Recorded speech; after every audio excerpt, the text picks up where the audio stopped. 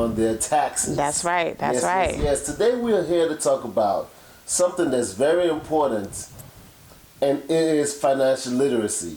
Okay, we're here to talk about how you could get your assets, make real use of your assets, and you could actually have the liabilities working for you instead of you working for your liabilities. That's right. So when we first got into the tax industry, what we have found is that most people that we serve in communities have a lack of financial literacy.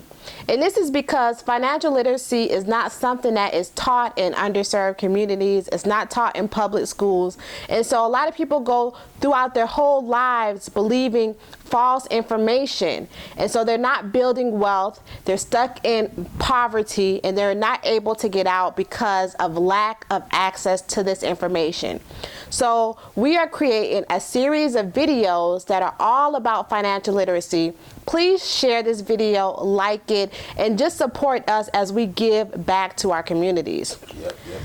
Yep. Now, as Moses said, today we're going to talk about assets and liabilities. So just a real quick recap and very, very simple. What is an asset? Right. An asset is something that you own that is making you money. It's bringing money in. And so then what is the liability? A liability is something that you actually are spending money on. It's like based on your expenses. Right. Okay? So assets, money coming in, liability, money going out. That's right. That's just it. That's it. So now we're going to talk about two of the major purchases that most people make in their lives. And that is going to be a house and a vehicle. Those are two of the purchases that people are going to spend the most money on in their lives. So just a quick pop quiz for you. Let's think about a vehicle. You want a car, you get a car. Let's say you buy a brand new car off the lot. Is that car going to be A, an asset, or B, a liability? What do you think? If you said asset,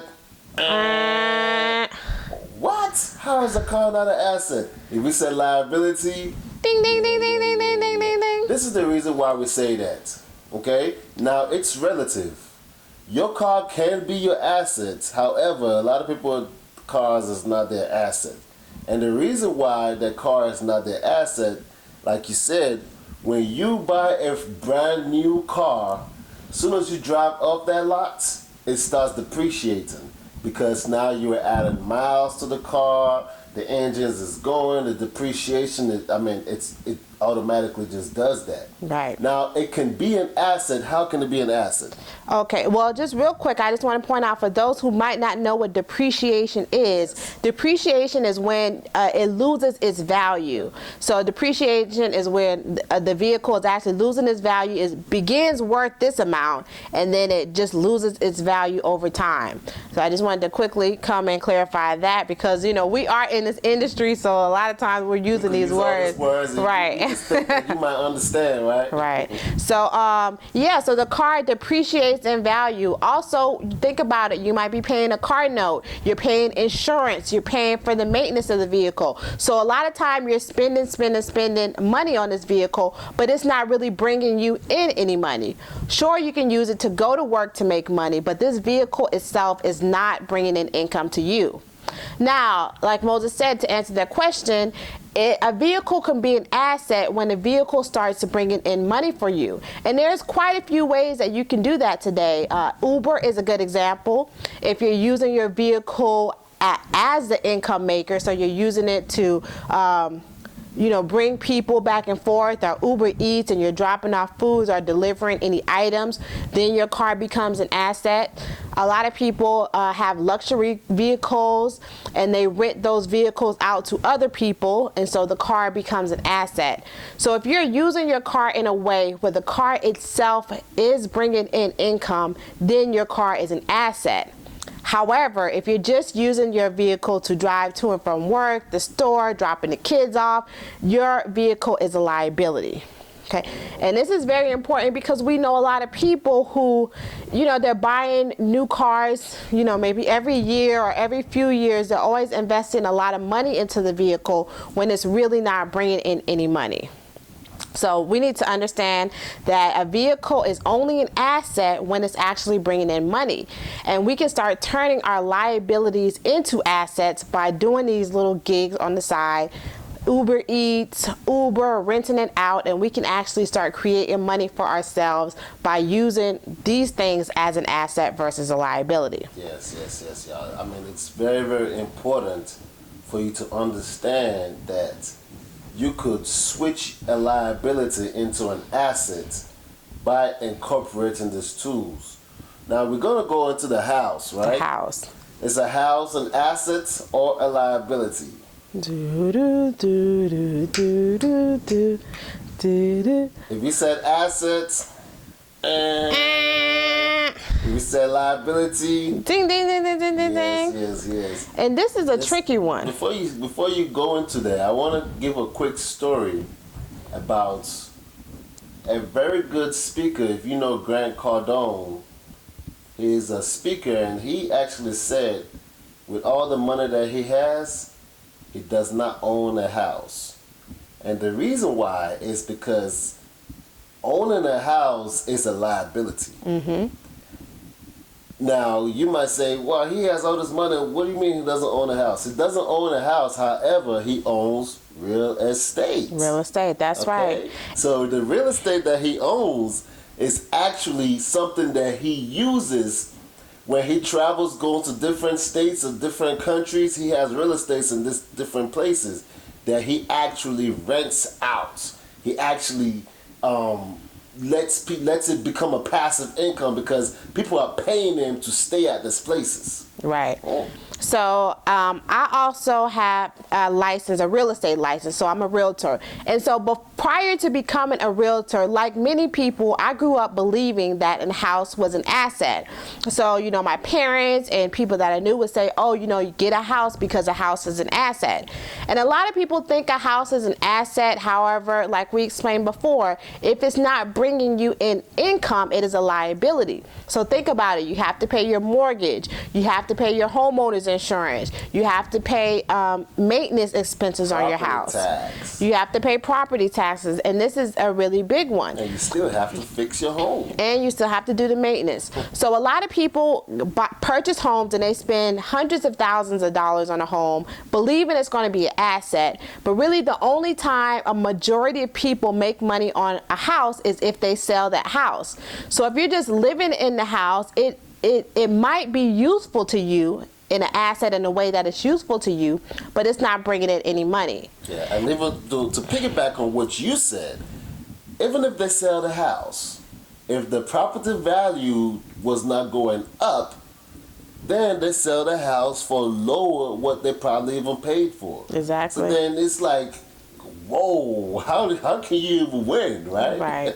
And a really big issue that we have seen with a lot of people who get into houses is that there's a really big thing that Moses pointed out, which is property taxes. Now, property tax, when you own a house, you have to pay property taxes yearly for that house. So you pay it over to the government because, you know, this is the property. You pay property taxes forever. Even if you don't have a mortgage, you pay property taxes. Now, an important thing to know that a lot of people do not know is if you fail to pay property taxes for a year, your city, your town, your government, your local government can and will auction off to the highest bidder the amount of property taxes you owe. Let me repeat that. If you do not pay property taxes for a given year, your local governing authority can and will auction off the amount you owe for property taxes. So what does this mean? Let's say, for example, your property taxes for your house is $1,000 and you get the bill in the mail and you can't afford to pay that. So then the county, the city or the county is going to have an auction where investors are going to come and they buy that. They'll pay the $1,000 to the governing authority and they will get a deed. It's called a title deed. Am I saying that right? Yes, a title deed. And so they'll get access to that. You will have a year to pay the person who has that deed the amount that you owe plus interest, and that interest can be anywhere from 9 to about 30%, depending on what state and city and state you live in. So not only do you have to pay the amount that you owe, but you also have to pay interest to this person. You have 1 year to do that usually.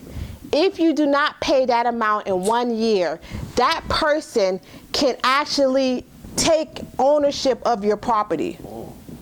I really hope that this is coming clear to you guys. You could have sat in that house for years. Your mother could have owned it. That you could have paid hundreds of thousands of dollars on this home. It could be paid the house off. The house could be paid off. You do not pay your property taxes for 1 year. An investor can buy that amount that you owe, and they can get access to your property for as little as $1,000 plus interest. This happens very, very, very, very often, especially in underserved communities, because people do not understand the importance of paying this property taxes. So we have seen clients, we have seen people that we work with and know in the community who have lost their homes for as little as a couple $1,000s because they did not pay this property tax. It is very, very important to understand this. Okay, this is very, very important. So a house can definitely be a liability if it's not bringing in income. Now let's talk about some ways you can transform your house from a liability to an asset. You got anything? So the quick way to do that, in which we actually, we are speaking from experience. Absolutely. Because we are homeowners.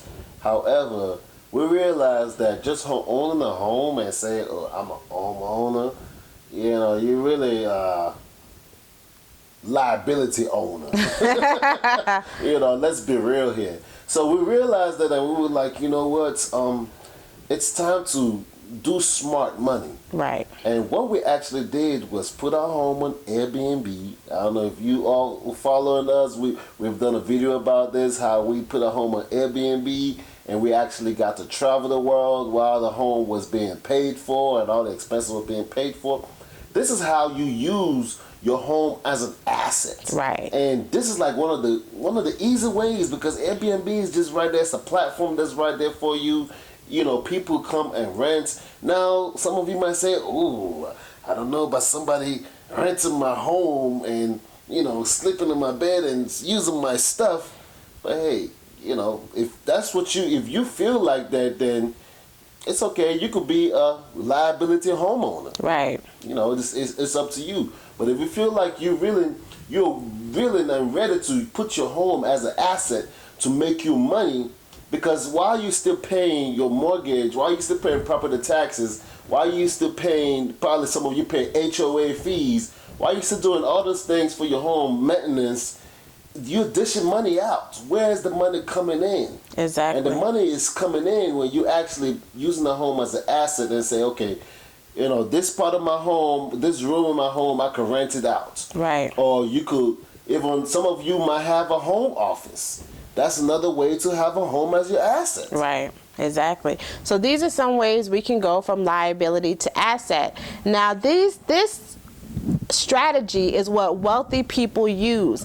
All of these celebrities who you see owning multiple homes, they do rent those houses out when they're not in them. It doesn't make sense to have a property that's just sitting there when you can travel, you can do other things and actually bring income in on this property. So we must switch our mindset from being, comfortable and content in liability, and we have to shift our mindset to asset based.